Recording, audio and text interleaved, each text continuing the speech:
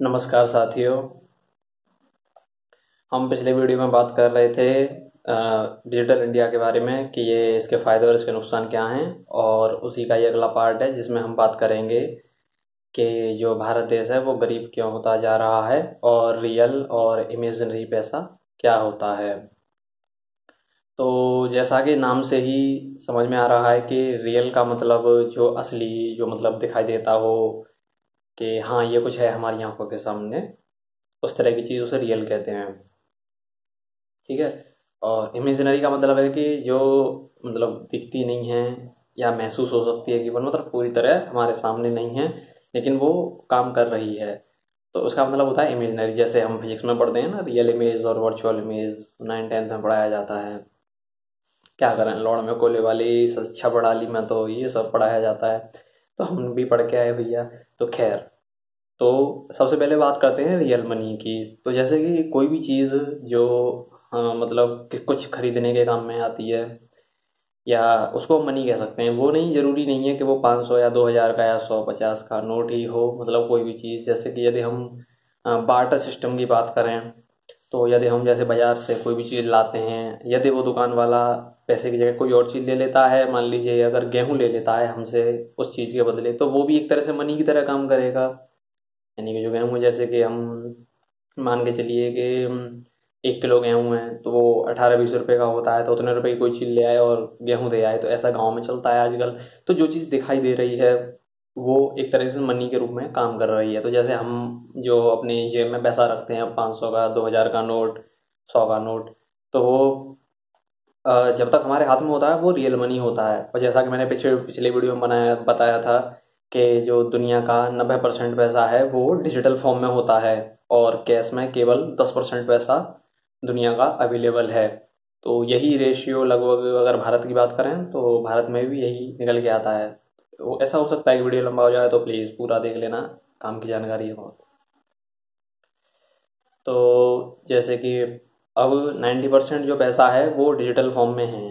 तो digital form का मतलब होता है कि जो मतलब बैंकों में जो कंप्यूटर में जो रिकॉर्डेड है, हमारी जो पासबुक में चढ़ा हुआ है, ठीक है ना। तो रियलिटी में जब वो पैसा नहीं था, जब बैंक नहीं थे, तो जो भी हमारे पुराने ज़माने में जो काम होते थे, सोना होता था, चांदी, हीरे, ये पैसे की तरह काम करते थे, मतलब मनी जो होता था। तो जैसा कि आप लोग जानते ही हैं कि सोने के सिक्के, चांदी के सिक्के आज भी म्यूजियम में मिलते हैं, तमाम राजाओं के। और मतलब भारत देश की बात करें केवल, तो भारत देश तो खैर 200 साल पहले सोने की चिड़िया था, तो खैर इस पर दूसरा वीडियो बनाएंगे। तो अब जो चीज़ हमें दिखाई दे रही है, मतलब जो पैसा, जैसे कि सोना होता था पहले, चांदी होता था, हीरे होते थे, तो वो जो है दिखाई देते थे, तो वो रियल मनी में आता है। अब जो डिजिटल पैसा है जो बैंक में जमा है हमारा, जैसे मान के चलिए कि आपका और 10 लोगों का, और मान लेते हैं हम कि बैंक में 10 लोगों का अकाउंट है और सभी का 10-10 लाख रुपया जमा है उसमें, तो 1 करोड़ हो गया। लेकिन यदि बैंक में जो कैश होता है वो कैश इतना नहीं होता है। जब मान लीजिए अगर 10 लोग एक साथ निकालने पहुंच जाएं, तो बैंक हाथ खड़े कर देगा, भैया हमारे पास नहीं है, और जाओ भैया हम दिवालिया हो गए, हम रोड पे आ गए। तो ऐसा क्यों होता है? क्योंकि जो पैसा होता है वो इमेजिनरी फॉर्म में बैंक पे होता है, करीब 80-90% तक, जो कि रिकॉर्डेड होता है कंप्यूटर में, उनका जो सॉफ्टवेयर है जो भी है। और जो कैश में होता है वो क्या कहते हैं, 10% के आसपास ही होता है, यानी कि 10 लाख रुपया करीब कैश में होता है। तो जैसा कि आपने देखा होगा कि जब पैसे कम पड़ जाते हैं तो वो और लेके आते हैं, क्योंकि बैंकों को पता है कि सभी लोग एक साथ तो पैसे निकाल ले आएंगे नहीं। तो वो क्या करते हैं, ये जो बैंकों में जो पैसा चलता है ये इमेजिनरी पैसा होता है। यानी कि जो दुनिया जो चल रही है वो 90% इमेजिनरी पैसे पे चल रही है, जो हवा से हवा में घूमता है, मतलब बैंक से बैंक में। हवा से हवा में कैसे घूमता है ये मैंने बता दिया था, फोन पे, पेटीएम, भीम के थ्रू, चेक के थ्रू। यानी कि बिना हम हाथों का इस्तेमाल ना करें किसी को देने के लिए पैसा, और वो एक जगह से दूसरी जगह पहुंच जाए, तो वो इमेजिनरी मनी होता है। तो ये जो दुनिया है वो 90% इमेजिनरी मनी, मतलब जो काल्पनिक पैसा है उसके अधीन है। यानी कि हम भी इसी के अधीन हो गए। तो बैंक जो क्या करते हैं, आसान भाषा में कहें तो ये जो बैंक हैं ये एक तरह की जुगाड़ू जो प्रवृत्ति है, ठीक है ना, जुगाड़ू सिस्टम, मतलब बैंकों का, ये बैंक उस पर चल रहे हैं। तो जैसे कि मान के चलिए कि यदि जो बैंक हैं, और अगर ये एकदम से बंद हो जाए, मान ले सपोज कीजिए कि ये एकदम से गायब हो जाए दुनिया से, ठीक है ना, तो इनका जो जो भी कंप्यूटर सिस्टम है जिसमें ये रिकॉर्ड रहता है 90% पैसा, वो एकदम से गायब हो जाएगा, क्योंकि वो तो डिजिटल फॉर्म में है ना। जो रिकॉर्डेड है कंप्यूटर में, रियल में तो है नहीं। रियल में तो केवल 10% पैसा है, यानी कि दुनिया का 90% पैसा एकदम से गायब हो जाएगा, क्योंकि वो इमेजिनरी पैसा है। तो इसलिए ये कहा जाता है, और भी वीडियोस आपने देखी होंगी यूट्यूब पे, कि ये कहा जाता है कि ये जो बैंक हैं ये जुगाड़ वाले सिस्टम पे चलते हैं। ठीक है ना, कि वही इधर से उधर करना पैसा, हवा से हवा में ही, और लोगों को किस तरीके से पागल बनाते हैं। मैंने पिछला वीडियो है वो आप देख सकते हैं, करीब 25-26 मिनट का है।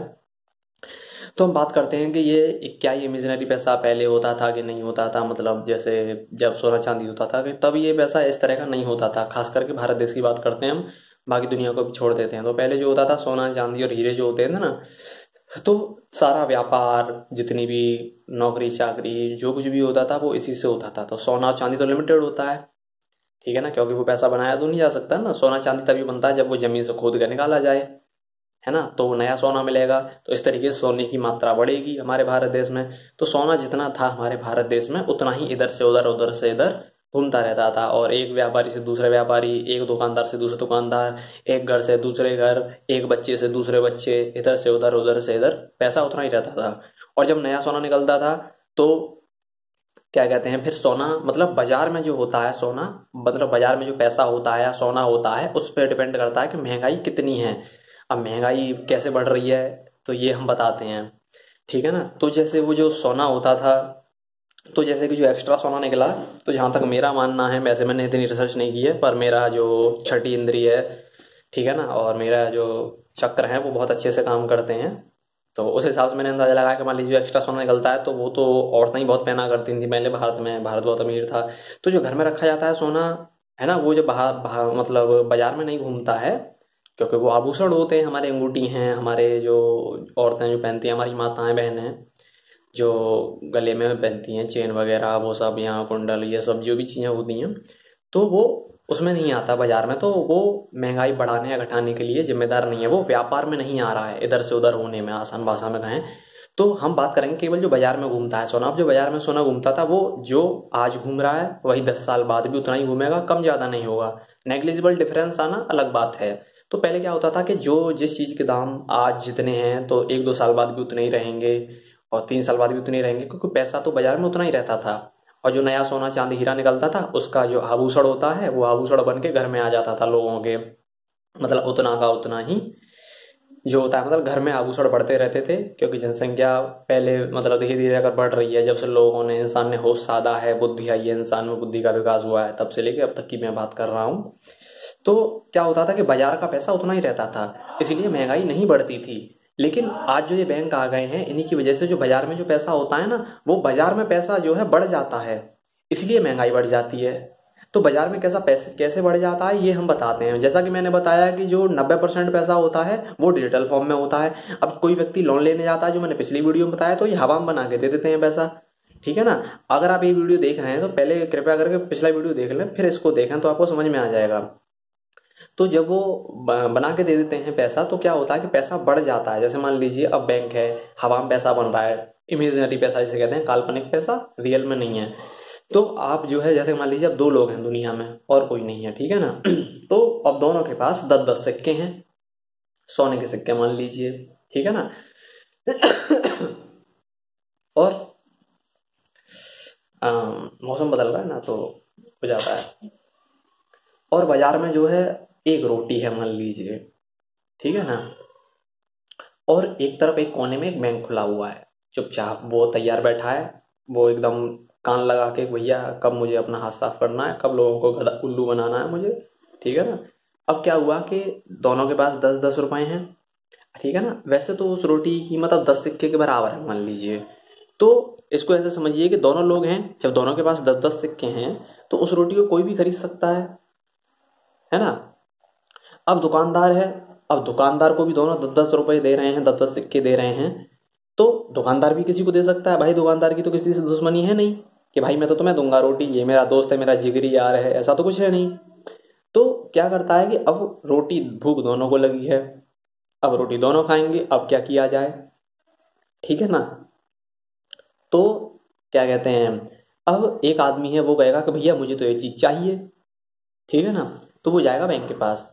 तो बैंक क्या करेगा, उसको हवा में पासबुक में लिख के दे देगा या चेक दे देगा। मतलब पहले तो पासबुक में लिखते हैं खाता खोल के कि इतने रुपए दे दिए हमने तुम्हें, तो वो हवा में बना देते हैं पैसा, इमेजिनरी मतलब काल्पनिक पैसा उसने 10 और बना दिए, मान ली 10 बना दिए, 5 बना दिए कि ये लो, ये हमने तुम्हें दे दिए, एक पर्ची बना के दे दी, ठीक है ना। उसने चेक बनाया एक व्यक्ति ने जिसने लोन लिया बैंक से 5 सिक्कों का या 10 सिक्कों का मान लीजिए, और उसने क्या किया, 10 सिक्के जो पहले से उस पर थे और 5 सिक्के वो थे उस पर, ठीक है ना। तो अब उसके पास हो गए 15 सिक्के क्योंकि वो बैंक से ले आया, ठीक है ना। दुकान वाले को तो पता है ना कि भैया बैंक ने लिख के दिया है पासबुक में और ये चेक के थ्रू दे रहा है, तो मतलब इस पर होंगे जो भी है। अब दूसरा व्यक्ति है वो भी ऐसा ही किया, उसने 15 सिक्के उसके पास भी हो गए। अब दुकान वाले के मन में ख्याल आया कि यार ये दोनों तो 15-15 रुपए देने को तैयार है, तो फिर मैं रोटी को 10 रुपए की या 10 सिक्कों की क्यों बेचूं, मैं तो 15 की बेचूंगा ना। अब रोटी की कीमत तो 10 रुपए ही थी, लेकिन बढ़ाई किसने, बैंक ने बढ़ाई ना, क्योंकि बैंक ने पैसा और बना दिया। अब दोनों ही व्यक्ति उसको जो है 15-15 रुपए देने को तैयार हैं, ठीक है ना। तो दुकान वाले ने भी पैसे बढ़ा दिए उसके, जबकि रियलिटी में क्या था, रियलिटी ये थी, सच्चाई ये थी कि उस रोटी की कीमत 10 रुपए थी, लेकिन 15 रुपए हो गई, ठीक है ना। तो फिर इसी तरीके से सिलसिला महंगाई का चलता रहता है, ठीक है ना। और एक तरीका तो ये जो है मैंने आपको बताया कि महंगाई क्यों बढ़ती है, ठीक है ना। तो ये जो मुझे है ना, मुझे नहीं लगता कि इससे भी कोई आसान तरीका होगा कि मैं आपको बता पाऊँ। इसे ऐसे समझिए कि मान लीजिए दोनों पे 10 ही 10 सिक्के थे, दुनिया में और पैसे थे ही नहीं, तो बैंक ने हवा में बना दिया पैसा। अब जो 10-10 रुपए उन पे थे वो तो रियल थे ना, उनके हाथ में थे, अब बैंक ने हवा में बना के दे दिया, ठीक है ना। वो पासबुक में जैसे लिख के दे देते हैं ना, तो 15-15 हो गए, तो अब हवा में ही महंगाई बढ़ गई। लेकिन हवा में महंगाई बढ़ने से जो असर है वो हवा में नहीं पड़ेगा इमेजिनरी, वो रियलिटी में असर पड़ेगा लोगों पे महंगाई का, जो कि पड़ता है आज भी और आगे भी पड़ता रहेगा। यदि ये बैंक हमारे भारत में ऐसे ही चलते रहे, ऐसे ही जनता का खून चूसते रहे तो। अब हम बताते हैं कि भारत देश गरीब क्यों हो रहा है। जो बिजनेसमैन लोग हैं जिनमें बुद्धि थोड़ी सी जिनकी काम कर रही है, तो वो लोग तो अमीर हो रहे हैं भैया, वो तो खूब, उनके पास BMW है, जैगुआर है और निंजा बाइक, हायाबुसा और जो भी है, मतलब खूब दबा के उनके बच्चे भी चला रहे हैं, खूब एप्पल चला रहे हैं 1 लाख के और जो भी है मतलब। लेकिन जो नॉर्मल कैटेगरी में आते हैं और जो लोअर कैटेगरी में आते हैं, मैं यहाँ पैसे की बात कर रहा हूँ, ये कास्ट वाली बात नहीं कर रहा, पैसे के हिसाब से जो नॉर्मल में आते हैं, नॉर्मल है ना, और जो लोअर में आते हैं मतलब किसान वगैरह होते हैं, मजदूर वगैरह होते हैं, और नॉर्मल में वो लोग जो जॉब वगैरह करते हैं, ठीक है ना, और जो मतलब छोटा मोटा अपना मर्चेंट है, दुकान करते हैं, तो ये लोग तो नॉर्मल में आते हैं भैया, इनका इतना जबरदस्त काम तो होता नहीं है, ठीक है ना। तो अब ये क्या होता है कि ये लोग अपना पैसा जो है खाते हैं पीते हैं, रोटी पानी कपड़ा जूते चप्पल मोबाइल रिचार्ज, है ना, वही 399 1.5 GB पर डे। और अब तो खैर बदल गया है आज से 6 दिसंबर 2019 से, और क्या कहते हैं हम, ठीक है ना, इस तरह की चीज़ें, बच्चों की स्कूल की फीस और ये गिनी चुनी चीज़ें होती हैं। और मतलब इसके अलावा वो क्या करते हैं, बचा हुआ जो पैसा होता है, थोड़ा बहुत बचा भैया, महीने की मान लो 50,000 कमा रहे हैं तो 5-6 हज़ार बच गया या कुछ हो गया, तो उसको ये लोग जो बैंक में रख देते हैं, ये भैया बैंक में सेव कर लेते हैं ठीक है ना, क्योंकि बड़े बिजनेसमैन तो हैं नहीं, तो ये बड़े बिजनेसमैन की तरह पैसा इन्वेस्ट तो करेंगे नहीं किसी कंपनी में कि लो भैया इन्वेस्ट कर रहे हैं हम, और हमारा पैसा दिन दूनी रात चौगुनी, फिर अगले दिन 8 गुनी, फिर 16 गुनी तरक्की किए जा रहा है और हम अमीर बनते जा रहे हैं, ऐसा तो कुछ है नहीं, ठीक है ना। तो ये जो नॉर्मल लोग होते हैं ये अपना पैसा बैंक में रखते हैं।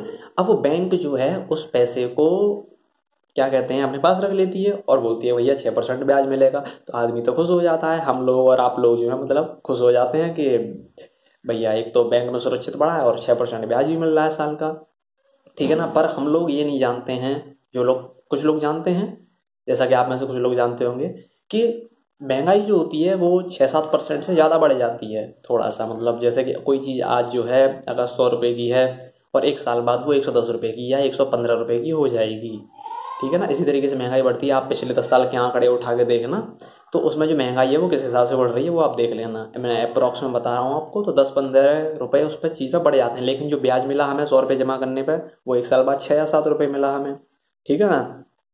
तो क्या हुआ कि जो हमारा पैसा है वो रियलिटी में अगर देखा जाए जमाने के हिसाब से, जो कोई चीज़ 100 रुपये की थी वो 110 की हो गई, तो अब हम पिछले 1 साल पहले जब वो चीज़ 100 रुपए की थी और हमारे पास 100 रुपए थे तो हम तो उसे खरीदने लायक थे, और अब 1 साल बाद जब वो चीज़ 115 रुपए की हो गई और हमारे पैसे 107 हो गए, ब्याज लग गया 7 रुपए का, तो क्या अब हम उसे खरीदने लायक रहे? तो उत्तर होगा कि नहीं रहे हम उसे खरीदने लायक। यानी कि जब हम खरीदने लायक थे पहले और अब खरीदने लायक नहीं रहे, तो इससे क्या पता चलता है कि हमारा पैसा कम हो गया या जो दूसरी चीज़ है उसके दाम बढ़ गए। दोनों बात है ना। तो इससे क्या पता चला कि हम अमीर ना होके उल्टा गरीब हो रहे हैं। तो जो नॉर्मल लोग होते हैं ना, उनको लगता है कि उनका पैसा 6-7% तो बढ़ रहा है, ठीक है ना, लेकिन वो भाग दौड़ भरी जिंदगी में इतना कभी ध्यान नहीं दे पाते हैं कि ये पैसा रियलिटी में बढ़ रहा है या जमाने के हिसाब से जो बाजार में जो तेजी आ रही है, जो महंगाई है, इस वजह से जो है घट रहा है, ठीक है ना। अब यहीं पे इसी तरीके से जो दुनिया में, मतलब भारत की बात करते हैं केवल, तो भारत में जो बिजनेसमैन लोग हैं, बिजनेसमैन लोगों की संख्या मतलब इसमें है जो कंपनियां चला रहे हैं, ठीक है, और जिनके कुछ होटल्स वगैरह हैं, कुछ और अदर पीपल हैं, मतलब ये जो थोड़ा ये जो लोग हैं तो ये करीब मुश्किल से 5% हैं केवल, है ना। और बाकी जो लोग हैं नॉर्मल टाइप के और लोअर कैटेगरी, ठीक है ना, तो वो जो है 95% में आते हैं। तो 95% लोग क्या करते हैं, सारे अपना जो पैसा बैंक में रखते हैं। कुछ जिन पे होता है थोड़ा बहुत बचता है, तो वैसे तो बहुत पे बचता ही नहीं है, तो कमा इतना रहे हैं 20-25 हज़ार 30 हज़ार रुपये या 40 हज़ार रुपये घर में उड़ रहा है। थोड़ा बहुत मान लीजिए कोई सब चलता है, धुआं वुआं निकालना और ये सब बड़ा शान समझते हैं इसमें लोग अपनी, या डंडा पियेंगे, देखो स्टेटस सिंबल है ये वो, पता नहीं क्या, एक डंडा 10 रुपए का खराब सा डंडा, उसे पीते हैं लोग, पता नहीं क्या मजा आता है। तो क्या कहते हैं, एक तो ये बात हो गई कि हमारा पैसा जो है मतलब वो हो जाता है, मतलब घट जाता है। दूसरा ये जो बैंक हैं, जो हमारा पैसा भी इकट्ठा होता है, मान लीजिए जब इतने सारे लोग बैंक में जमा कर रहे हैं तो ये पैसा इकट्ठा भी होगा, तो बैंक इतना पागल तो है नहीं कि इस पैसे को अपने पास जो है ऐसे ही रख के चुपचाप, तो भैया वो भी कुछ ना कुछ फायदा लेगा। तो एक तो ये लोन दे देते हैं, उस पर ब्याज आता है 12% बैंक को, तो एक ऐसे कमाते हैं जैसा कि मैंने पिछली वीडियो में बता दिया था। और एक क्या करते हैं कि ये जो है इन्वेस्ट कर देते हैं बैंक वाले भी आपका पैसा और कंपनियों में, जो होती हैं बड़ी बड़ी कंपनियां, जो कि बिना बताए करते हैं, क्योंकि बताएंगे तो हल्ला हो जाएगा, दंगा हो जाएगा। क्या बैंक आपको कभी ये बताता है कि हमारा पैसा कहाँ यूज हो रहा है, वो यूज कर रहा है या नहीं कर रहा है, या वो आपका पैसा अपने पास रख रहा है बैंक, है ना। तो ऐसा बैंक कभी नहीं बताता, और आप पूछेंगे वो तब भी नहीं बताएगा, ठीक है ना। तो एक तरीका लोन वाला, जो लोन दे के बैंक कमाता है, और एक होता है ये इन्वेस्ट करने वाला। क्योंकि आप जितना ज़्यादा पैसा बैंक में जमा करोगे उतना ज़्यादा आप अपने लिए, अपने आने वाली पीढ़ी के लिए और अपने आने वाले बच्चों के लिए जो और साथ ही साथ अपने पड़ोसी, अपने पूरे देश के लिए परेशानी खड़ी करोगे, मतलब अपने पूरे देश को डुबाओगे। क्योंकि जितना ही ज़्यादा पैसा बैंक में इकट्ठा होगा उतना ये लोग शेयर बाजार में लगाएंगे, और उतना ही नुकसान जो है अगर इन्हें होता है तो उतने ही लोगों का पैसा डूब जाएगा। इसलिए तो वो रिपोर्ट आती है ना 1 सेकंड में। उन्हें क्या लगता है, भारत सरकार को कितनी देर लगती है छपवाने में अखबार में कि भैया फलानी बैंक है वो दिवालिया हो गई, पैसा डूब गया, लोग रो रहे हैं सड़क पे, गिने चुने हजारों लोग रोते हैं, बाकी जनता तमाशा देखती है, हमारे जैसे और आपके जैसे। क्योंकि जब तक खुद पे नहीं बीतती ना तब तक नहीं दूसरों का दर्द पता चलता। भारत देश की तो एक विडंबना है ना, लॉर्ड में गोली से चपड़ाली में ये सिखाया नहीं जाता कि दूसरे का दर्द समझो या ऐसा कुछ। मैंने बताया ना पिछली वीडियो में, बताया मैंने कहा जो अपनी किताबें पढ़ता है, रामायण पढ़ता है, भगवत गीता पढ़ता है, वेद पढ़ता है, उपनिषद पढ़ता है, तो वो समझता है दूसरों की परेशानी। तो हर कोई ये सोचता है अरे हमें क्या करना, हमारा पैसा थोड़ी डूबा है। जब खुद का डूबता है, खुद की खैर, हाँ। तो ये हो गया दूसरी वजह, जो मतलब भारत देश जो गरीब होता जा रहा है, और ऐसा है कि लोगों के लिए परेशानी बढ़ ही रही है। लोग चाहे कितना भी पैसा कमा लें, पर उनके लिए जो परेशानी है, आज यदि आपके पापा के पास 10 परेशानियां हैं तो आपके पास 15 होंगी, और आपके बच्चों के पास 20 परेशानियां होंगी। और जाहिर सी बात है कि आपके पापा जितना पैसा कमा रहे होंगे, अगर एक नॉर्मल देखा जाए तो आप उससे ज़्यादा ही पैसा कमाओगे, और आपके बच्चे उससे ज़्यादा पैसा कमाएंगे। लेकिन परेशानियां क्यों बढ़ रही हैं? क्योंकि हम उस तरीके से बाजार को नहीं देख रहे हैं जिस तरीके से आगे बढ़ रहा है बाजार जो होता है। क्योंकि जब तक हम खरीदारी नहीं करेंगे, खरीदना बेचना इसी पर तो चलती है पूरी दुनिया, इकोनॉमी जो होती है। तो सबसे पहली बात यह है कि भारत जो गरीब होने का मेन मकसद इसमें सरकार का भी माना जाता है। क्योंकि सब लोग जानते हैं, आप गूगल पे भी देख सकते हैं कि जो अर्थव्यवस्था है पूरे देश की, वो पूरे देश के कोने कोने हर एक इंसान पर डिपेंड करती है। मतलब हर इंसान जिम्मेदार है ना अर्थव्यवस्था को कम या ज़्यादा करने के लिए, थोड़ा थोड़ा थोड़ा थोड़ा, ठीक है ना। तो ठीक है ना, ऐसा नहीं है कि अर्थव्यवस्था खाली कंपनियां हैंडल करती हैं या बैंक हैंडल करती हैं, नहीं भाई, जनता की, मैंने जब जनता ही नहीं होगी तो क्या होगा। तो जो भारत देश में आपने देखा है कि जितनी भी सरकारें आती हैं वो शहरों की तरफ ज़्यादा ध्यान देती हैं, मतलब जो शहर किस तरीके से आगे बढ़ाना है शहरों को, उनमें विकास कैसे करना है, जबकि सरकारों में या तो दिमाग नहीं है, या वो जानती नहीं है, या वो जानबूझकर अनजान बनती हैं कि जो भारत का करीब 70% हिस्सा, 69 कुछ या इतना हिस्सा जो है वो ग्रामीण है, मतलब गांव का इलाका है। तो जाहिर सी बात है कि इतनी लगभग इतनी इकोनॉमी तो गांव में ही होगी भैया। हमारा जो भारत देश है वो कृषि प्रधान देश है, मतलब खेती जहाँ पे मेन मानी जाती है, क्योंकि खाने के बिना क्या होगा, जब खाना ही खत्म हो जाए तो क्या खाएंगे, हवा खाएंगे। तो लोग जब गांव ग्रामीण इलाकों पर ध्यान नहीं देगी तो क्या कहते हैं, फिर अर्थव्यवस्था कैसे चलेगी। केवल जो शहर वाला हिस्सा 30% है, 30% है, वो क्या अकेला 30% अर्थव्यवस्था को संभाल लेगा, नहीं। तो यही वजह है ना कि जो वो 70% जो हिस्सा है ग्रामीण है, जिसमें किसान आते हैं, जाहिर सी बात है, सीधी सी बात है, किसान लोग या छोटे छोटे लोग जो छोटी छोटी दुकान खोल के बैठे रहते हैं, खो गए वो के, तो ये लोग जो है वहीं के वहीं रहते हैं हमेशा, क्योंकि ना सरकार इन पर ध्यान देती है, ना इन लोगों को ये पता है कि हमें आगे कैसे बढ़ना है जिंदगी में, ना इनको अच्छी शिक्षा दी जाती है।